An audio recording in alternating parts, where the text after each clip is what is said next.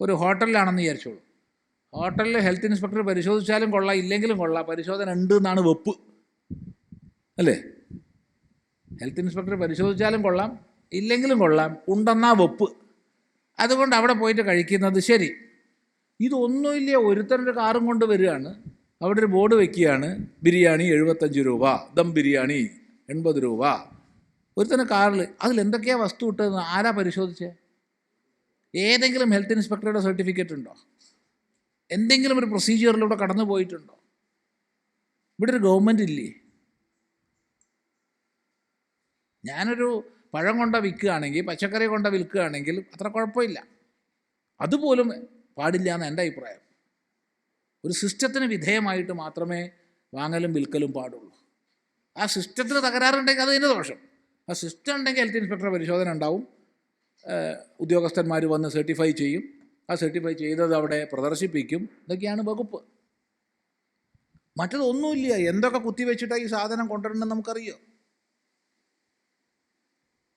നാളെ നമുക്ക് കുട്ടികളില്ലാണ്ടാവും, നാളെ നമുക്ക് ഡിമെൻഷ്യ വരും, നാളെ അൽഷിമേഴ്സ് വരും, നാളെ നമുക്ക് ഹൃദയാഘാതം വരും. എന്താ വല്ല പിടിയുണ്ടോ? എന്നിട്ട് അലുവേൻ്റെ ചുറ്റും അല്ലെങ്കിൽ ഈത്തപ്പഴത്തിൻ്റെ ചുറ്റും ഈച്ച പൊതിഞ്ഞ പോലെ ആൾക്കാർ കാണാം, വിദ്യാസമ്പന്നരായിട്ടുള്ളവർ. അതിന് ചിദാനന്ദപുരസ്വാമി തട്ടുകടയ്ക്ക് എതിരാന്ന് പറയണ്ട, അങ്ങനെ ആരും പറഞ്ഞേക്കരുത്. പക്ഷേ തട്ടുകടയുണ്ടെങ്കിൽ അത് നേരത്തെ പറഞ്ഞ വ്യവസ്ഥയിലൂടെ നിയന്ത്രിതമാക്കണം. അവിടെ ഹെൽത്ത് ഇൻസ്പെക്ടറുടെ സർട്ടിഫിക്കറ്റും സാനിറ്റേഷൻ ആവശ്യമുള്ള കാര്യങ്ങളെല്ലാം ഫോർമാലിറ്റീസ് അവിടെ ഉണ്ടായിരിക്കണം. അല്ലാത്ത കട ഉണ്ടാവരുത്. കാരണം ഭക്ഷ്യവകുപ്പാണിത്, വലിയ പ്രശ്നമാണ്.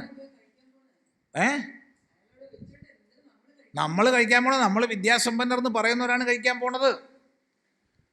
നോക്കൂ, ഈ പാലക്കാട് ജില്ലയിൽ അല്ലെങ്കിൽ കോഴിക്കോട് ജില്ലയിൽ ഓരോ ജില്ലയിലും മലം, മൂത്രം, രക്തം, കഫം പരിശോധിക്കാൻ എത്ര ലബോറട്ടറി ഉണ്ടാവും? 10,000 ടൗണിൽ തന്നെ ഉണ്ടാവും, 1,000 ഒക്കെ അല്ലേ? പാലക്കാട് ടൗണിൽ തന്നെ ഉണ്ടാവും. കോഴിക്കോട് ഇതിനേക്കാൾ എത്ര ഇരട്ടിയാണ്. മലം പുറത്ത് പോയി കഴിഞ്ഞു, മൂത്രം പുറത്ത് പോയി കഴിഞ്ഞു, കഫം പുറത്ത് പോയി കഴിഞ്ഞു. ഇത് പരിശോധിക്കാൻ 10,000 ലാബുള്ള നമ്മുടെ നാട്ടിൽ അകത്തേക്ക് പോണത് പരിശോധിക്കാൻ എത്ര ലാബുണ്ട്? ഏതാ പരിശോധിക്കേണ്ടത്? അകത്തേക്ക് പോണതാണോ പുറത്തേക്ക് പോണതാണോ?